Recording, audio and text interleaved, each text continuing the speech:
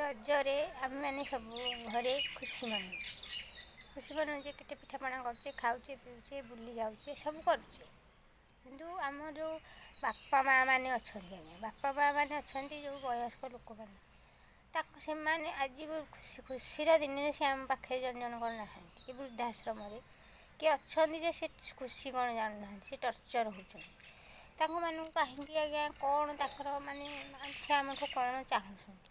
ତାଙ୍କର ତ ଚାହିଁବାରେ କିଛି ନାହିଁ।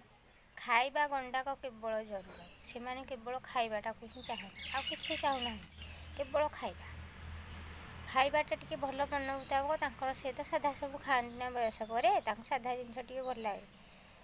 ସେ ସିଝା ସନ୍ତୁଳା ଏଇଆ ଖାଇବେ, କ'ଣ କୋଉଦିନ ଖାଇବେ ପଚାରି ଗଣ୍ଡେ ଭଲ ଖାଇବାଟା ଟିକେ ଦେଇଦେବେ, ଆଉ କିଛି ସେ ଚାହାନ୍ତିନି ଆପଣମାନଙ୍କର। ହେତିକି ଦେଉନାହାନ୍ତି। ତାଙ୍କୁ ନେଇକି ଏମିତି ହଇରାଣ କରୁଛନ୍ତି, ଯାଇକି ବୃଦ୍ଧାଶ୍ରମରେ ସେ ରହୁଛନ୍ତି। ଖାଇବା ଗଣ୍ଡାକ କ'ଣ ବି ଦେଉନାହାନ୍ତି, ଆଉ ଔଷଧ ଟିକେ କେତେବେଳେ କ'ଣ ଟିକେ ଦେହ ହେଉଛି, ଔଷଧ ଟିକେ। ଆମ ଛୁଆ ପିଲାମାନଙ୍କୁ ନେଇକି ଆମେ ଖୁସି ମନାଉଛେ, କିନ୍ତୁ ଆମର ଯେ ବାପା ମା', ଆମେ ଯାହାର ଛୁଆ ପିଲା, ସିଏ ତ ପୁଣି ଆମ ଗହଣରେ ରହିବାକୁ ଚାହୁଁଛନ୍ତି ନା ନାହିଁ, ଖୁସି ଟିକେ ହେବେ ବୋଲି। ତେଣୁକରି ବାପା ମା' ମାନଙ୍କ ପ୍ରତି ଏତେ ଅନ୍ୟାୟ କରନ୍ତି। ବୟସ୍କ ହୋଇଗଲା ପରେ ତାଙ୍କୁ ମଣିଷ ଭଳିଆ ଭାବୁନାହାନ୍ତି। ସବୁ ସମ୍ପତ୍ତି ତାଙ୍କର ଖାଉଛି, ଭୋଗ କରୁଛି, କାହିଁକି ବୃଦ୍ଧାଶ୍ରମରେ ସେ ରହିବେ ଯାଇକି? ସେ ତାଙ୍କର ଜରୁରତ କ'ଣ? ପେହନାବେ କିଛି ନାହିଁ, ପିନ୍ଧିବା ଜିନିଷ ସେ ଆଦୌ ଚାହାନ୍ତିନି। ଯାହା ଦେଲେ ତାଙ୍କର ଚଳିବ, ସାଧା 200 ଟଙ୍କା ଲୁଗାଟେ ଦେଲେ ବି ସେ ପିନ୍ଧି ଦେଇକି ଚଳେଇଦେବେ, କେବଳ ଗୋଟିଏ ଖାଇବା ଜିନିଷ। ତେଣୁକରି ଖାଇବା ଗଣ୍ଡାକ ଖୁସିରେ ଦେଇକି ତାଙ୍କଠୁ କେତେ ଖୁସି ଆଶୀର୍ବାଦ ତୁମେ ପାଇବ।